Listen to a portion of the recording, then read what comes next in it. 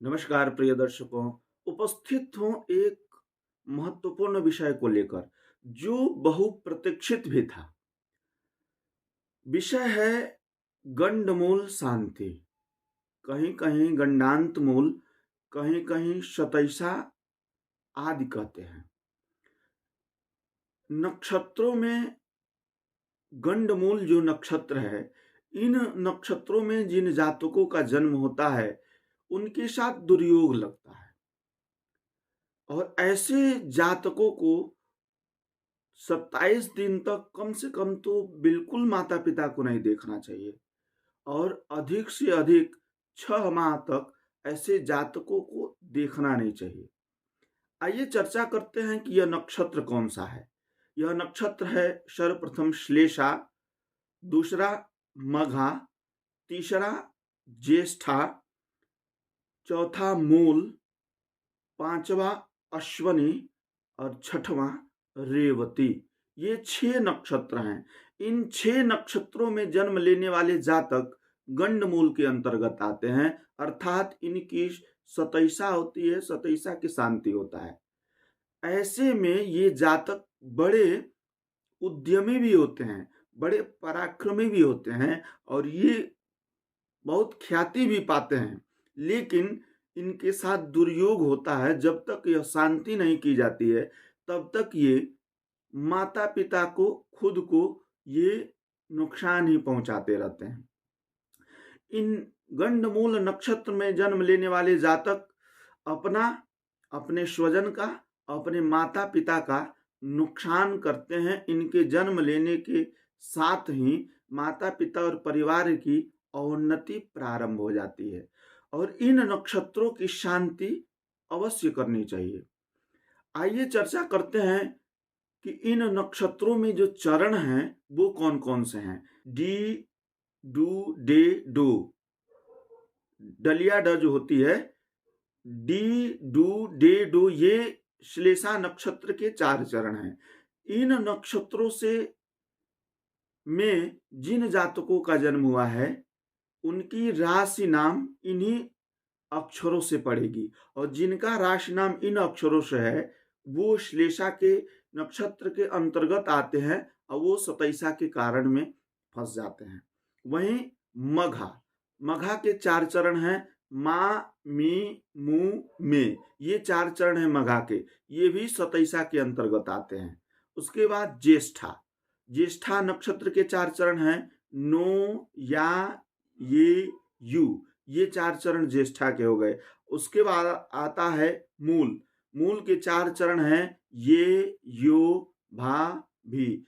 ये 4 चरण हो गए मूल के। और उसके बाद आता है अश्वनी, अश्वनी के 4 चरण हैं, चू, चे, चो, ला। ये 4 चरण अश्वनी के हो गए। और रेवती के 4 चरण हैं, दे, दो, चा, ची।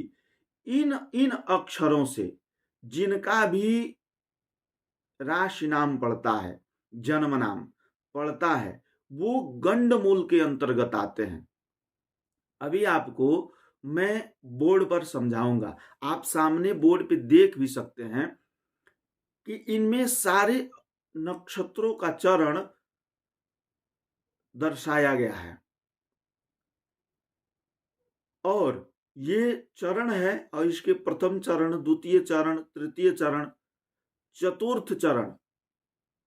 वहीं ये नीचे जो है ये पूरे नक्षत्र हैं और इनके चरण हैं। तो जो श्लेषा नक्षत्र के प्रथम चरण में जो जातक जन्म लेते हैं, वो श्लेषा नक्षत्र के प्रथम चरण में जो जातक जन्म लेते हैं वो नुकसान क्या करते हैं, आप इस बोर्ड में देखिए। श्लेषा नक्षत्र के प्रथम चरण में जो जातक जन्म लेते हैं वो शांतिदायक होते हैं, परिवार के लिए सुख समृद्धि लेकर आते हैं। वहीं श्लेषा नक्षत्र के द्वितीय चरण में जो जातक जन्म लेते हैं वो धन की क्षति करते हैं। श्लेषा नक्षत्र के तृतीय चरण में जो जन्म लेते हैं वो माता की हानि पहुंचाते हैं, आप इस चार्ट में देख सकते हैं। वहीं श्लेषा नक्षत्र के चतुर्थ चरण में जो जन्म लेते हैं वो पितृ का हानि करते हैं, पिता का नुकसान करते हैं। पिता का औन्नति प्रारंभ हो जाता है ऐसे जातकों के जन्म लेने के बाद। वहीं मघा नक्षत्र का प्रथम चरण आप चार्ट में देखिए, ये मातृपक्ष का नुकसान करते हैं, माता का नुकसान करते हैं और माता को का जो हित चाहते हैं उनका नुकसान करते हैं।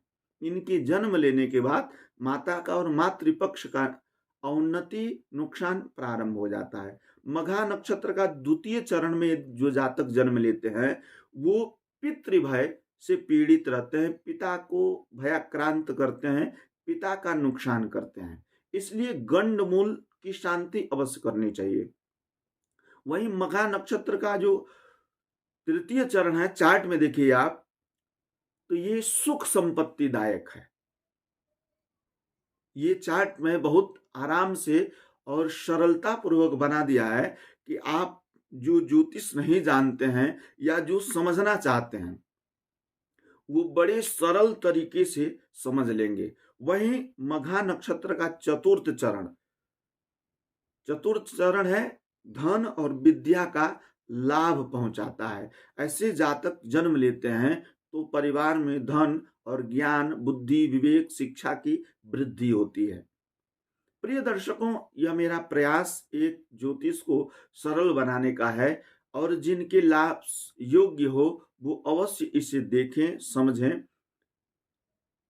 आप हमारे चैनल पर नए हैं तो चैनल को सब्सक्राइब करें और पहले से जुड़े हैं तो यह वीडियो अपने दोस्त मित्रों में शेयर करें।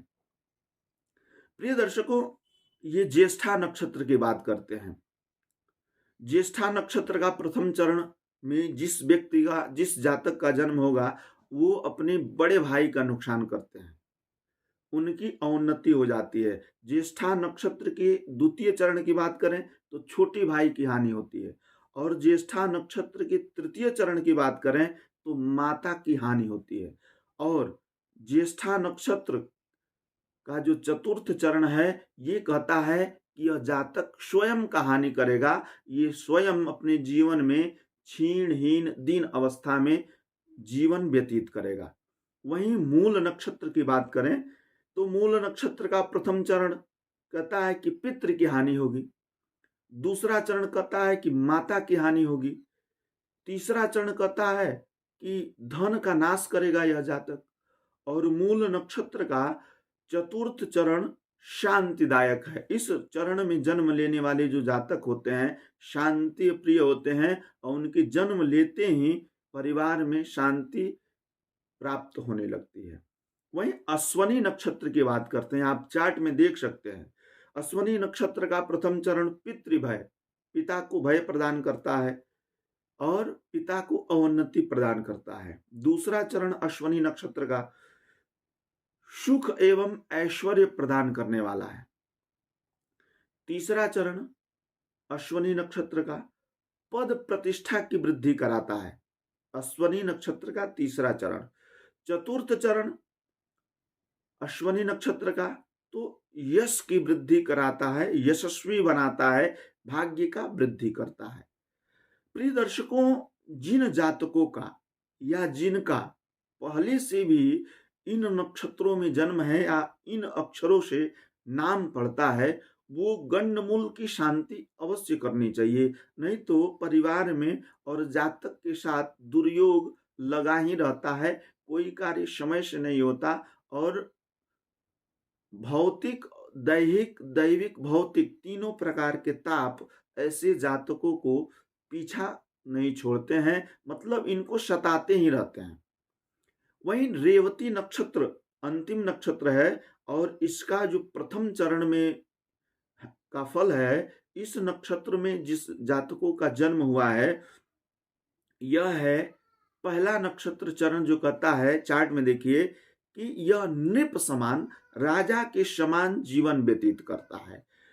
रेवती नक्षत्र का दूसरा चरण पद प्रतिष्ठा प्रदान करने वाला नक्षत्र है। इस नक्षत्रों में जिन जातकों का जन्म होता है उन्हें पद प्रतिष्ठा की प्राप्ति होती है। और रेवती नक्षत्र के तृतीय चरण की बात करें तो सुख और ऐश्वर्य की प्राप्ति होती है। और रेवती नक्षत्र के चतुर्थ चरण की बात करें तो चतुर्थ चरण में अनेक प्रकार का कष्ट, मतलब एक प्रकार से समझिए कि विपत्ति ही आ जाती है। ऐसे में इन नक्षत्रों में जिन जातकों का जन्म हुआ है, उन्हें गंडमूल शांति की जो विधि है, जो परंपरा है, वैदिक परंपरा से गंडमूल की शांति अवश्य कर लेनी चाहिए। अन्यथा दुर्योग लगा ही रहता है, और जितना जल्दी आप कर लेंगे उतना जल्दी आप और अपने माता पिता और शव को मुक्त कर देंगे, और जितना विलंब से करेंगे उतना विलंब से आपका भाग्योदय होगा। प्रिय दर्शकों, मिलते हैं अगले वीडियो में, तब तक के लिए नमस्कार।